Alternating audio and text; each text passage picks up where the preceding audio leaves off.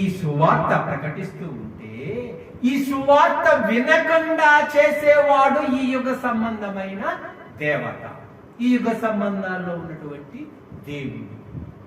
వీడేం చేస్తున్నాడు? వినే ప్రతి ఒక్కరికి గుడ్డితనాన్ని కలగ చేస్తున్నాడంట.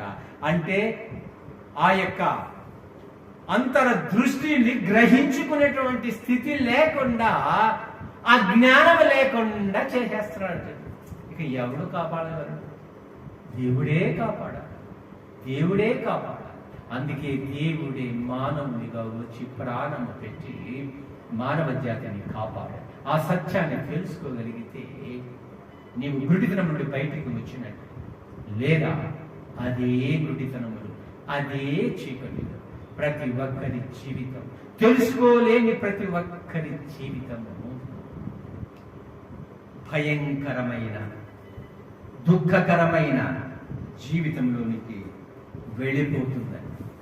దేవుని బిడ్డలారా, దేవుడు ఒక్కడే. దేవతలు, దేవుళ్ళు అని పిలువబడే దేవతలు చాలా మంది ఉన్నారు. మానవ జాతిని పతనం చేసి దేవునికి వ్యతిరేకంగా దేవుడెవరో తెలుసుకోకుండా చేస్తున్నారు ఈ దేవతలను పడేవాడు. పరిశుద్ధ గ్రంథం అదే చెబుతుంది.